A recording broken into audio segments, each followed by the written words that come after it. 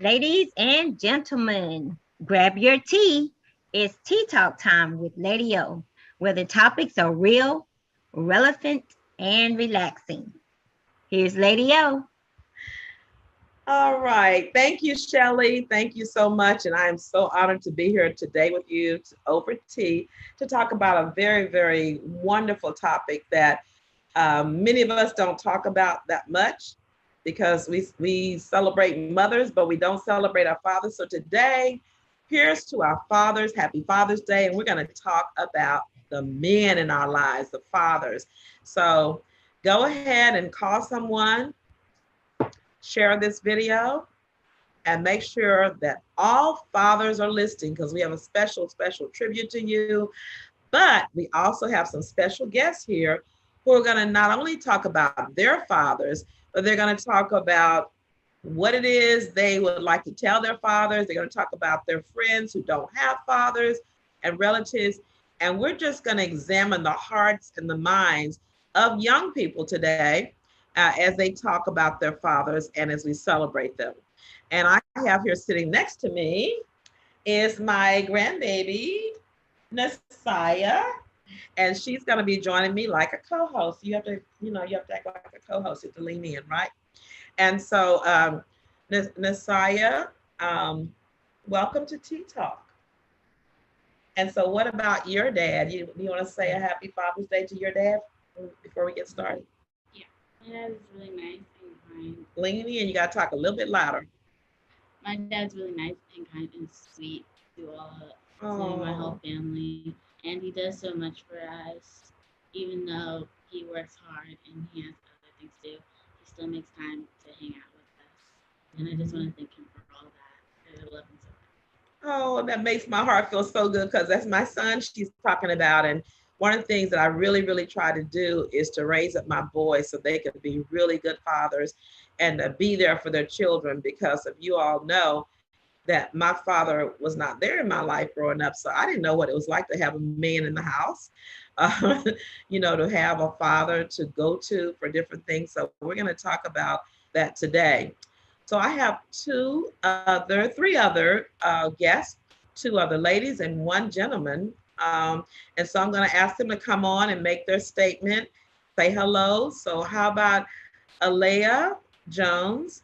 Why don't you come on next, Alea, and say hello to Tea Talk and tell us about your dad? Hi, I'm Aaliyah, and my dad is Deacon Michael Ford, and he's just been such a stellar part of my life. He is who I really like credit me really diving into my faith to. And I'm very thankful for my dad, and I love him so much. He's such a kind soul, but a steady soul. And he's really that one constant, strong thing in my life. So I really thank God for him. Right. And I want to just say this too, because I know your grandmother, your daddy's mother, and I know she's a strong woman who raised a strong man. And I know that they were divorced earlier. So your dad didn't grow up with a father in the home all the time. But his grandmother, we talk about those Eunices and those Loises who are grandparents who get in there and we just fill in the gap to make men, even though we don't know what that looks like sometimes, but I know the thing that she did and I know that I did too. We were very stern on our boys and we took them to the Lord and to church and tried to train them up in the way that they would go. And so you guys are two wonderful products of that. So thank you, Leah. We're going to hear more from you in just a minute, but let's welcome our other guest. Let's go to Riley Harvey. Hi, Riley. Welcome. Hi. So my dad is Rodney Harvey, and he's just a very hardworking person. He's always been like driven and really he's just always been a provider for our family and for just for me. He's always want to protect me. And like he has a job that causes him to be away from home a lot, but he's always like making the effort like to call or come home during special occasions like holidays, like my birthday or just anything. He's always checking in multiple times a day. And I just really appreciate him just always balancing between his work and checking up on his family, because I know sometimes work can be very consuming, but I just really appreciate that he's like has a way to balance both. I like that. I like that, having that balance, because we all have to work and we all have issues and things that we have to do that are urgent, but nothing is more urgent than taking care of your children and making sure you get in there to do those little things. Now, was your dad, was he raised by did he have his father in the home when he was growing up? I don't think he did. He was raised mostly by women. Like he has like a lot of sisters, my aunts, and then his mother as well. So he was raised mostly by women in like in the house, and he was like the baby in the family.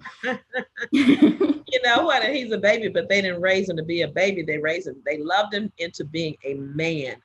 Yes. And I think that that is what's so lovely. I just give a shout out to all of the sisters who had to stand in the gap to be the fathers for whatever reason, whether the father was deceased or abandoned the home or whatever the situation was, we don't know. But we'll talk about that a little bit later on too, because I'll share with you my story too about having a father who was not there. Um, so let's go, and thank you, Riley, and we'll be back with you in a little bit to get some more from you. So Michael, we got a man in the house, Michael Jr. Why don't you come on, tell us about your dad?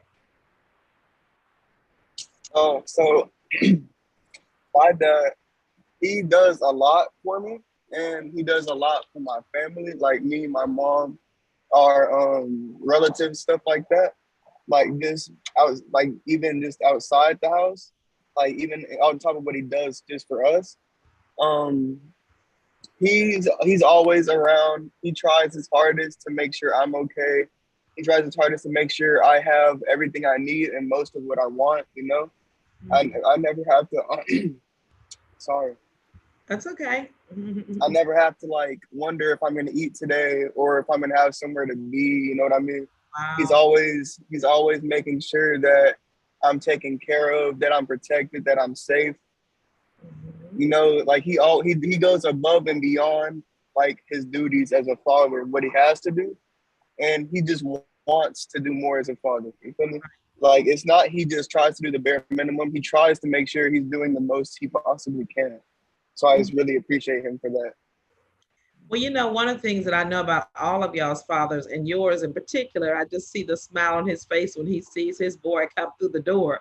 Uh, I think that all of the fathers here, they love being a father and they love sacrificing and they love going that above and beyond. You know what I mean? I mean, they do it, but you can see that they really love doing that. It's not just a chore. I got to go home. I got to do this, got to do that. They want to do it. So, what a great blessing. Let's hear from Shelly. Would you like to chime in and talk about your father and tell us about where you had a father in the home or? Yes, I did. As some of you know, I grew up in Virginia, in rural county in Virginia. It's called Ruthville, Virginia. And my father's name was Charles Callender.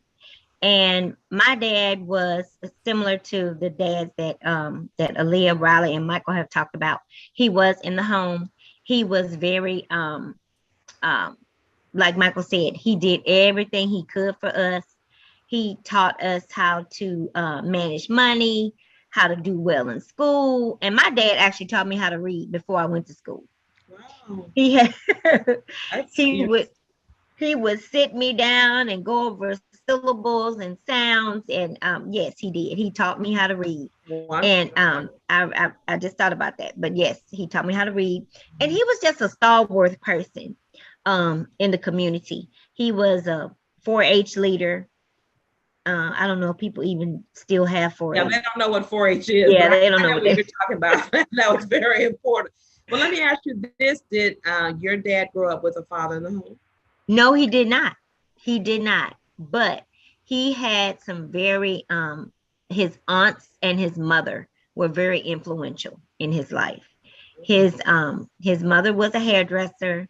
One of his aunts was a professor at Virginia State University, and she was a theater. a person that she taught theater.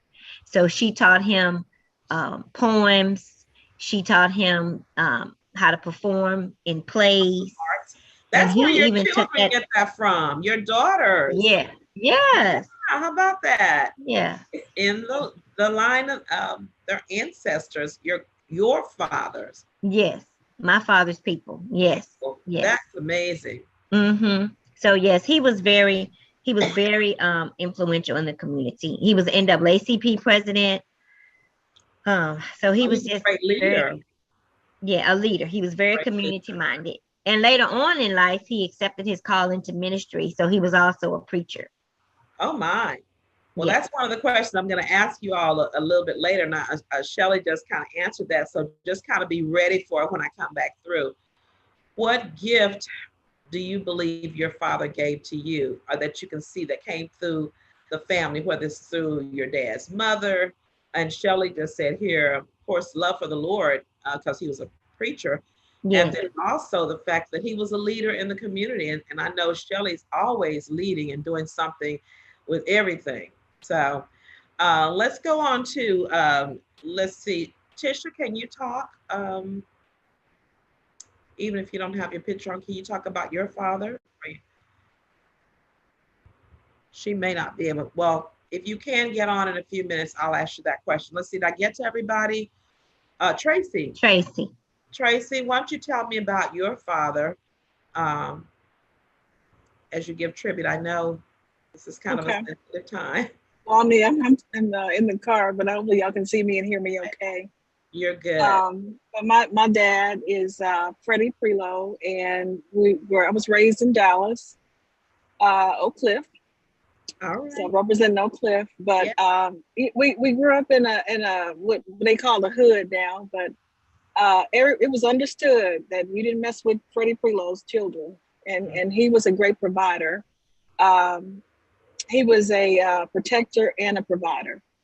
And one of the things I really appreciate about him is um, he was very stern with us, but he was also very loving. You know, he would correct you, but he'd build you right back up. Right. And that's the thing I really appreciated about him. I remember just thinking about him in a story. I remember he was laid off. He worked for Pepsi for 17 years, and he was laid off, and we were concerned about it. My dad woke up every morning, put on a suit, and had a briefcase, and left the house every single day. Okay. Didn't miss a beat. You know, that was it. And you talk about what I got from him, my work ethic. Yeah. Because he said he said if you want something, you work for it. You work for it. You get it. You get it honestly. Right. Yeah. He said when you work hard, you can get it. You don't have to look over your shoulder. It's yours. Right. So he taught me that if you want something, you work hard for it. That was work. That was degree. That was whatever you're pursuing. You work hard for it. The other thing he taught me was when you start something, you finish it. You finish it. Wow. Yeah. You started. Don't go in there. I'm a seed. He said, no, if you started, you got to finish it. You got to finish it. So I appreciate that about him. Yeah. Well, and his love for the Lord as well. I mean, he's even now, if I call him right now, we're going to talk about Jesus for about an hour. Exactly. Well, that is really great. And those are some good tidbits too for the young lady and gentlemen, the youngsters that are on here, because they're hearing some things that they were taught by their fathers as well. So with my father, just really quickly, I mean, a lot of you know, and some of you don't know, I did not grow up with a father in the home. My mother was divorced several times by several different, so I had several different stepdads. And so it was a difficult time for me being a young lady and being around stepdads and, you know, the dating scene when, you know, you're single, you have to date and so forth. You got kids there.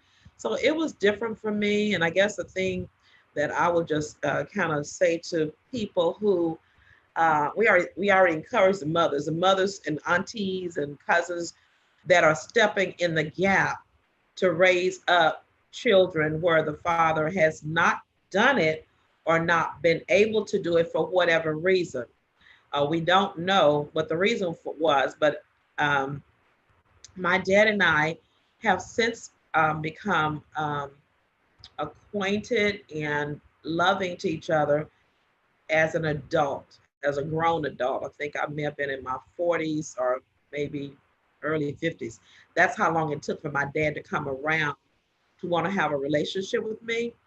And so one of the things I did was I wrote a book, and this is going to be a book that all of you need to get as a Father's Day gift. You can go on Amazon and get a copy of this and give it to anybody who is growing up without a father. And so this is my book. It's called A Day with My Father.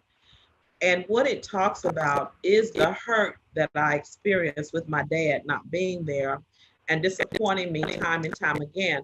And that disappointment could have grown into a very bad stronghold and hate for my dad. But the Bible says that you're supposed to honor him. And I said to the Lord, how am I to honor this man who has never been there for us? And we did have to live in the projects, and we did have to go on welfare and those kind of things, and kind of worry about, where our food is coming from, and that and even the safety of living in the projects. So what I want to say to you all, and to anybody here who is dreading Father's Day or saying, he didn't do anything for me, I don't celebrate Father's Day. I want you to learn how to forgive your father, because you don't know what he was going through at that time. My father in particular, after talking with him, and we just kind of talked openly, he was young. He was a kid. My mother was 17 when she got pregnant with me. And I think she was 18 by the time I was born. But she was 17 when she got pregnant with me. And my dad decided to do the right thing by marrying her. But he didn't know how to be a father. He was like maybe 18 or 19. So he didn't know how to take on the responsibility. He did not have education. He did not have the jobs, and he did not know how to be a father. So therefore, here you are with a baby, a beautiful baby, I might say, very, very, just like me, that he didn't know what to do. So my mother, my aunties, and all of those ladies, they stepped in and took into that gap to make sure I had my shoes and clothes and graduation things. And so when it came to the point where he wanted me to forgive him for that and to start a relationship, I didn't want to, because I was very hurt. And I thought, I don't need a daddy now. But the thing I'm leaning toward is, number one, you do need a father. Even if you're in your 50s or your 60s, you need a father. And number two, you need to forgive them if they want to come to you and have a relationship. You as a Christian needs to learn how to forgive. And in my book, it says choosing the path to forgive, because on here, you can't really see it that well. But this little girl, which represents me, going down a path, which is life. And at the end, it shows there are two directions. One arrow goes this way, one arrow goes that way. And I've chosen to go the arrow toward the cross. And when you go to the arrow toward the cross as a Christian, you have to what? Forgive. That's the last thing that Jesus did on the cross, was forgive them, for he didn't know what he was doing. Okay. And so now we have a wonderful relationship. I call him every week to check on him. If I don't call him, he calls me. And just this past week, he called me. He said, look, he said, I know you got birthday parties for those great grandkids. I want to send them something. So he's putting something in the mail for me to give to my great grandkids for their birthdays. So every time we have a birthday, I want to give them something. He's going to give them $10. My grandfather used to give us a quarter. So I guess that is pretty good, right? So this is a picture that I'm going to share with you. And this picture is a picture when I invited my father to come in my house. There it is, to come to my house for Christmas. Video has great grandkids. Huh? Okay, I don't know if you can see it, but anyway, I'll have to get another picture, but that's the best one I have right now. This is in my book.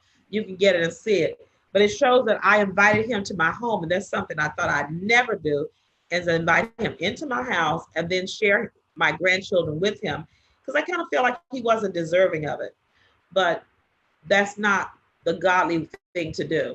And this is a picture of my father here. He asked me to sit on his lap, and it was either my birthday or his birthday, I can't remember. And we took a picture, and that's the first time I've ever been on my daddy's lap, and that close to him in that kind of intimate way. So it's possible for you to rekindle your days with your father. If he's not reached out to you, I would say for you to reach out for him to him, because that's I have been so blessed. My children have loved him and had a great relationship, and I know that God is pleased, and I know that's why a lot of the blessings I have is because of me doing the right thing. Okay. So now let's go back to our guest here today. I want to ask our young people, especially, because you know what it's like to have a wonderful father in the home 24/7. You know what it's like for your father to be there to tuck you into bed, that if you need shoes for your graduation or whatever, you know he's going to make sure it's done. Do you have friends, or do you have family, or can you speak to the fathers about how important it is for them to, even if their mom and dad are not together, that they still be in their child's life? Can you talk to the fathers out there? What do you want them to know? You want to go first? Right? No, you don't want to go first. Okay, you go second. That's fine. Who wants to be first and tackle that? I can go. Okay. So I hope my mom doesn't mind me sharing this, but she didn't grow up with a father in her household, and so me and my mom talk a lot about a lot of different things. And one day she told me, she was like, when she first really started taking her walk with God seriously, she realized that one of her struggles was it was hard to accept God as a father figure because she never had one in the first place. And she kind of struggled with the idea of what it was supposed to be like, what it was supposed to look like, how was she supposed to interact with a father figure. And it really made sense to me because I'm like, she never had one in the physical realm. And now um, it is expected of her to just accept this spiritual one that she can't see, touch, or feel, talk to. And so I really feel like a lot of people don't realize just how big of a deal missing a father growing up in your home can be. Like, there is a reason why it takes a man and a woman.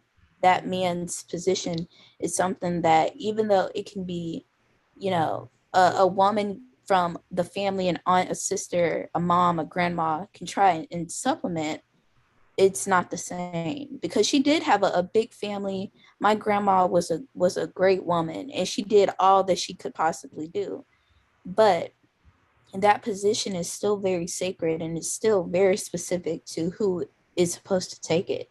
So Exactly. How it was God ordained that the man would do that. And it put us a great strain on the woman because my mom had to do everything. And that's why I just honor her so much, because she had to do the role for two. And a lot of times, that's why I think our boys are in a lot of trouble and they have identity crisis, because they don't have, the woman can love them, she can discipline them, but they still don't have that model of what a man is supposed to be. And so a lot of times men will learn it in the street. They'll learn it from their friends because they got the love and support from their mom and aunties, but how to be a man and a father, that has to be modeled. So I think you're absolutely right. So Riley, you have anything to add to that?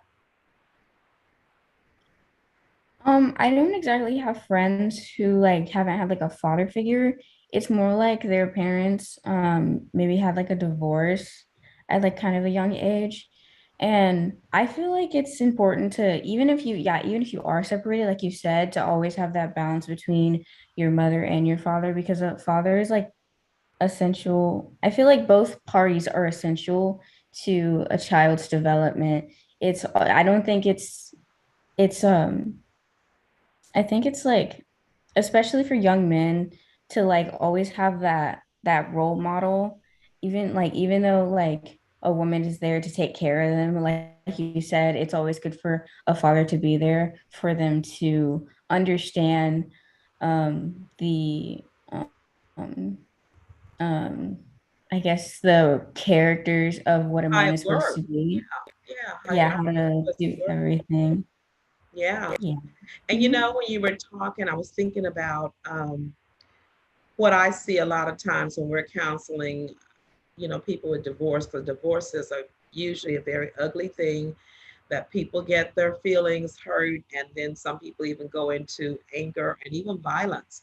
I've seen, when you look at women who have been hurt or even in some cases killed, it's been a lot of times at the hand of an angry man.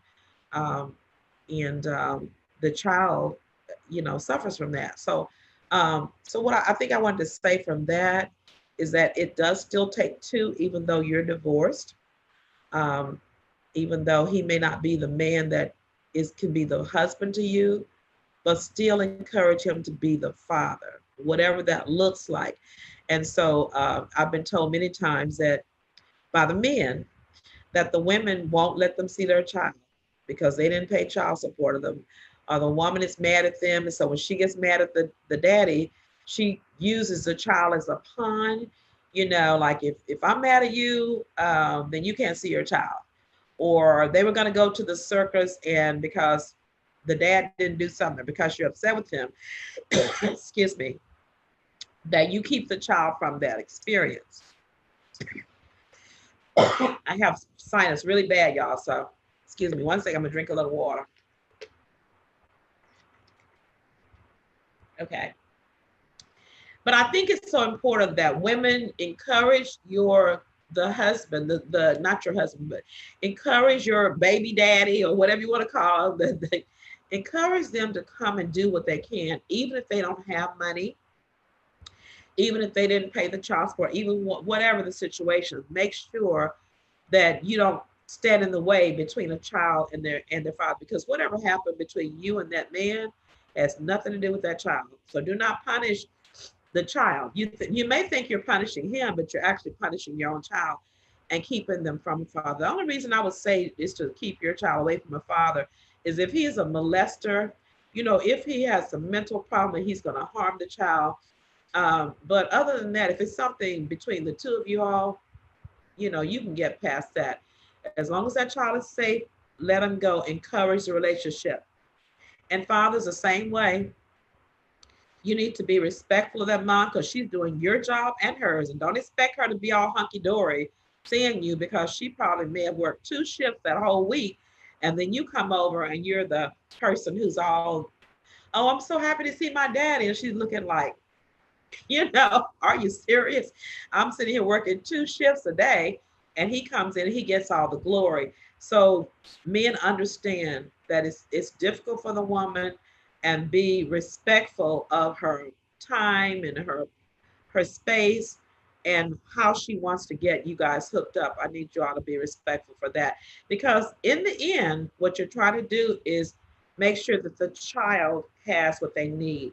And that takes a mother helping the father do that, but it also takes a father who is understanding about the fact that he's not there, and he needs to give her a little bit more prompts. I think even buying her not a gift to, be a girlfriend, boyfriend, but buy her something, nice, because she is doing a whole lot more.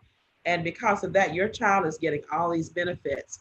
So, Mike Jr., what do you think about, do you have, and you're the male in the group here, do you see any friends that are males that are getting in trouble or not, kind of searching? I mean, even like with us, the guys, our kids' friends used to try to come over to the house because they want to be in a home where there is a father. Uh, so they would like search out my husband, and my sons to be that role model that they learned from. What are you seeing? A lot of the people I hang out with, some of them don't have fathers, I guess. Like I know a couple of my friends, their fathers got killed, or a couple of them, their fathers just ended up leaving Yeah, because of something that happened between them, or they kicked them out, or something like that. right. And so, I do believe what you said about kids getting in trouble when they don't have a father figure. And I don't really know why that is, but if I had to say, I would probably think it's because like they don't have that person to look up to who has already lived life, who already has that experience, who can tell you, don't do this, you're gonna get in trouble. This isn't a good idea. So it's kind of just like they're on their own trying to figure themselves out because they don't have that like person there to look up to and to like follow. So yeah. I think you're absolutely right. And you said a key phrase there. They're on their own. Your child that you planted this seed, that's your seed, and now they're on their own, you know, to fend for themselves. Um, you should do whatever you can, even if you don't have a lot of money. You have time, and I know each one of you fathers have a cell phone.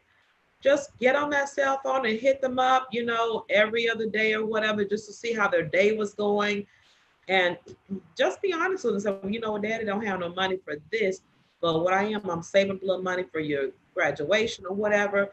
Do what you can.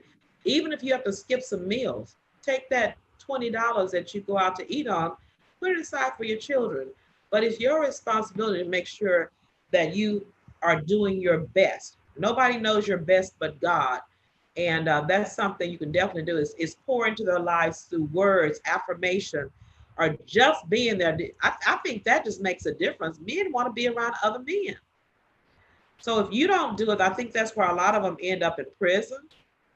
They end up in gangs because they're trying to do this male bonding, but they're out there, as Mike Jr. said, they're left to fend for themselves. Wow, that's real powerful. So I think the next thing I want to ask is, uh, what do you think? Well, let me ask this one first.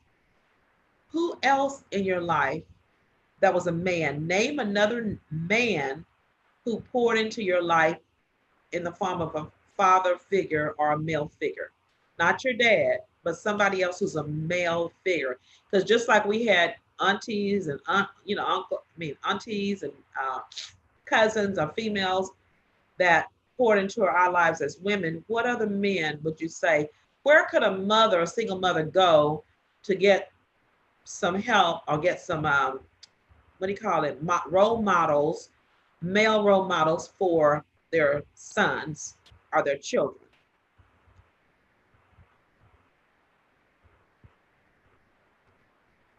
Anybody? Radio. Yes. As a counselor, I have a chance to talk to students all the time about this very topic, about the absentee dads, and what are some alternatives. And one of the things, I get why you're angry, but let's figure out a way to channel this in a different way. So one of the things that I've done at my campus is I've started a mentoring program. I have young men in the neighborhood. We call it the gents. They come and they help, and the gents, they come and they volunteer. They have a step group. They have jackets. They go take them on field trips, so they can have that male presence. And the boys will tell me, Ms. Walker, I appreciate grandma, I appreciate mama, I appreciate auntie, but it's nothing like being with a man. So that's one of the things that we did in our community, because the babies they're angry, and when you really get down to the nuts and bolts of why they're angry, they're like, why did he bring me here and leave me? Exactly. They feel abandoned. Yes. They feel abandoned. And it's just like what Mike Jr. said, that they're left to fend for themselves. How would you feel, man, if somebody just left you to fend for yourself? But the reality is, and Tracy, I know you probably have some statistics on this, most of our Black boys are being raised by single mom. And I think it was like 72% last I checked. Yeah, and it's ever increasing because it's become the norm and popular. Just get somebody, get them pregnant, and I don't really want to be with her, and I'll just fend, she'll fend for herself. And I hear this all the time from my dads that come in. She's a good woman, but you help make a baby. So even the mindset of some of the dads is getting them to change their mindsets and realize you created a child, and you're it's important. But having those mentoring programs, and even uncles, grandpas. I know my grandpa was that other daddy for me. Mm-hmm. So your grandfather was that other father who was in your life? Yes. Okay. Yeah, my dad's dad and my mother's father, just having those other men and showing me how a young lady should be treated. And you're right. There's the strong men. You had not only strong women in your family, but you had some strong men who were uncles or whatever, even though you had a dad. But for those that don't have dads, like for me, my mom had 9 brothers. And so they were the men. And my grandfather was, he was a farmer and he had good money and lots of land. And so he laid that for me as well as showed me how a woman was supposed to be treated. And he made those boys, we could stay on that farm in the summer and those boys would never bother us because my grandfather he called it a razor strap.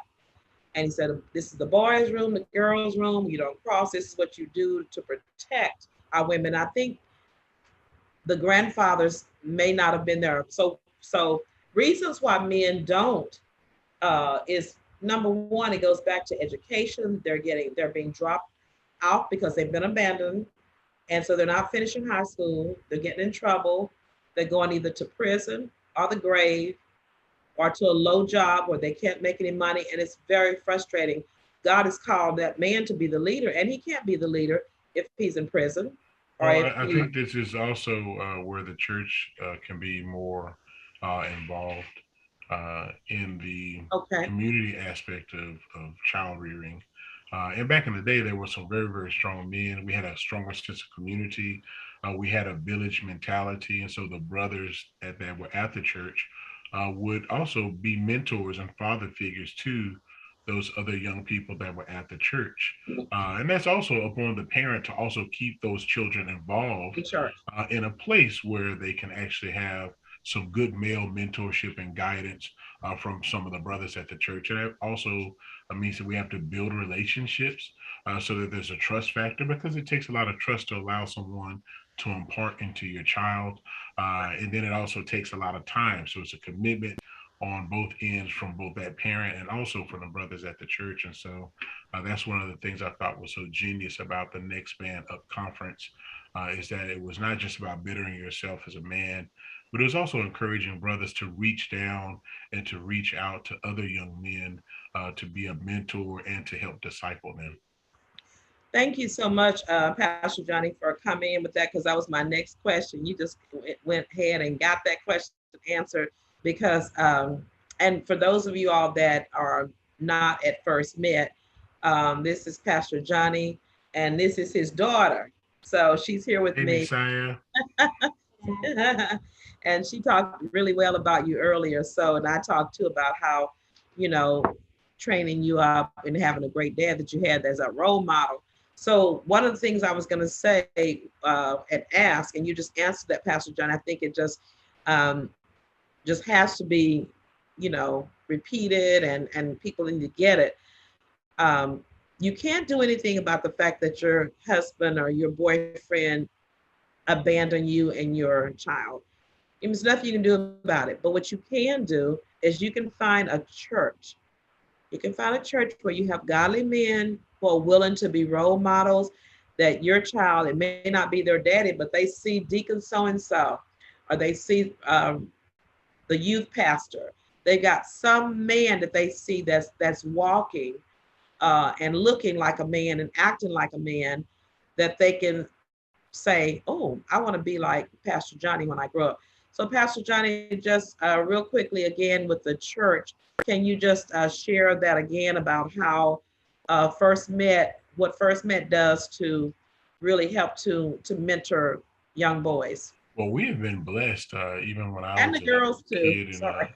yeah, well, we always minister to everyone. But even when I was a kid in the teen ministry, we were blessed, even until this day, with people that poured into us, both men and women, but specifically the brothers at the church. They really, really took a lot of pride in helping us to have that outlet to go to get that wisdom, someone that we could not just confide in, but that we could draw from.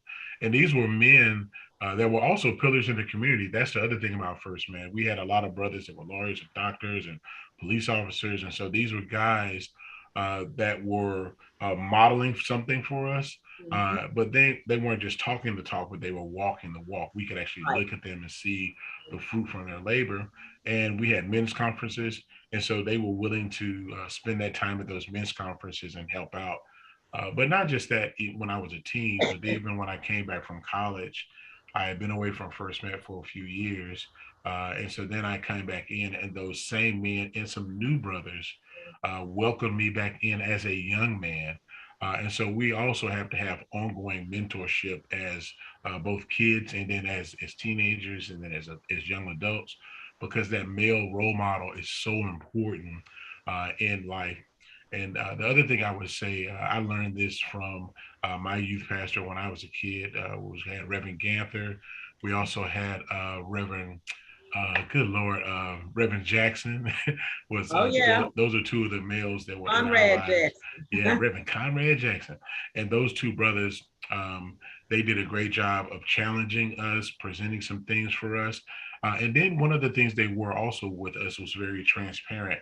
So we got to see their strengths, and we also got to see their Yeah, because they weaknesses. weren't perfect, and Yeah, they they let you weren't know they perfect weren't people. perfect. Yeah, And so you could identify with their weaknesses, but you could yeah, also see the strengths their that God, strength. what God Yeah. has done in their life. Yeah, and you could see how they were taking the word of God that they were teaching us on Sunday and how they were applying it to their lives. And so that also inspired me when I was a youth pastor at First Met to do the same thing. I wanted the kids to really have a pastor and a father figure that would help nurture them and grow them. And so that's some of the great things that has Okay, happened at First okay. Met that I So think that we should really celebrate. wonderful. So Roddy, why don't you go next? Are there any other men in your life besides your dad that made a great impact on you? Any other father figures or men? Um, None that I can exactly think of, because I don't know. I don't really, I mostly just stay within like, I don't really contact that many people, I guess, men Outside, outside my family, I guess. I don't right, know right. really, but like I mostly just get most of my influence from my dad. I know I don't really have like a second father figure. Yeah. What about in the church? Because I know you grew up in the church. Were there any male figures in the church that you would consider to be the kind of man that you might one day want to marry, that kind of man, or that you saw? Because I think it's important for girls to see too the kind of men that are fathers and husbands that support their families. So have you ever thought about the fact that you're placed in a church where there are a lot of successful men, not only in their careers, but they're good fathers? Um, I guess I would say Pastor Johnny, because I had some like deep conversations with him about faith and things like that. So and he really like helped me like just guide me towards like the right path and like trying to secure me in my faith and everything like that. And he's a very kind soul. He's always checking up on me, asking how school was going when during high school and like now during college. And so I would say Pastor Johnny because he's just really supportive in like what I do, like my art and everything. So I would say I really appreciate I really appreciate him for that. And I'm glad you said that too, because a lot of times we don't think about who else God has placed in our lives. And we need our fathers, but we need other men. Sometimes you can't go to your father, or sometimes you need that encouragement from another man. And if the first person you get it from is some joker on the street, you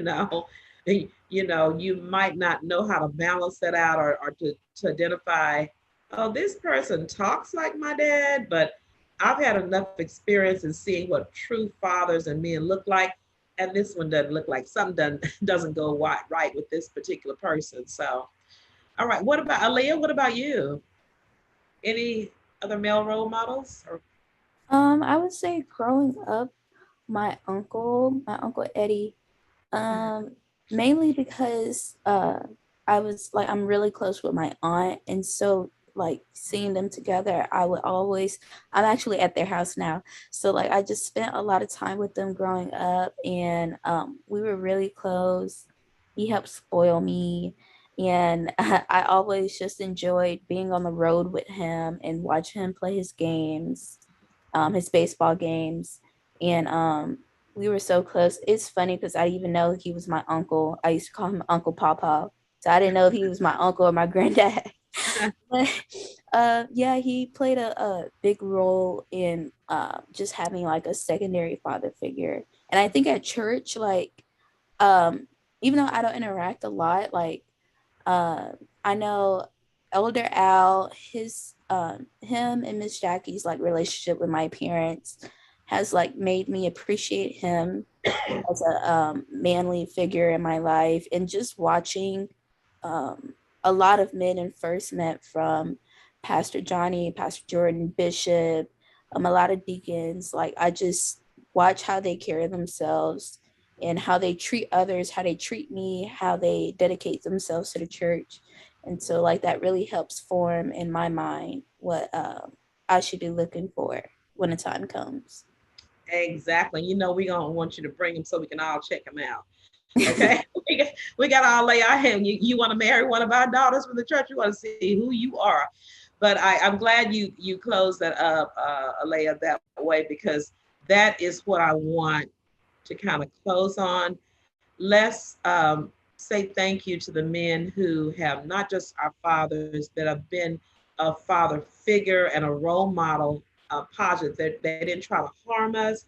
They try to protect us, whether, you know, like you said, it was having godly leaders. And one of the things I can say about First Met, we really, really strive to have godly male leadership at First Met. There are a lot of wonderful women, but we don't put, you won't come to First Met and find a whole bunch of women running everything. You find godly men. And even though they're not your father, they are father figures and father role models. And they treat the children as if they were their own. They're not going to harm that child or, you know, act out in a way that you would be embarrassed for your leader at First Met. None of them are perfect, but I'm just saying that that's one of the things that if you are a member of First Met, you can definitely say you have godly male father leaders that you can look up to. So if you don't have that for your child, I would say find a good church where they have that. If you can come to First Met, come to First Met. We will help you out and to raise your child and have those good role models. If you don't want to come to First Met, find a good church home that's in your community. I know a lot of you all that watch Tea Talk are in other states, but it's your job as a mother to not only do the best you can and try to fill in the gaps, but it is for them to be exposed to other men that are good men, and don't bring your boyfriends over too quick to let them be the father. No, take them to the church house. If you got a good pastor, a good bishop, and then you can see how he's training his leaders, then you can say that's a safe place. But be careful about bringing in strange men into your house and letting them be the father. And even be careful with some churches that have been abusive to children as well. But listen, we're gonna have to sign off now, but I want you all to just, we're gonna mute ourselves and say Happy Father's Day. We love you, Daddy, or whatever you call your father, okay? On the count, go ahead and mute yourself, everybody. And then on the count of three, you in here? One, two, three. Happy Happy Father's Father's Father's Day. Day. Day. Bishop, we love you. And to all the other men that have stood in the gap and the women, happy Father's Day. We love you and we pray God's blessings upon you. Well, listen, it's been fun. Thank you to my guests. And join me next week for tea with Lady O at 3.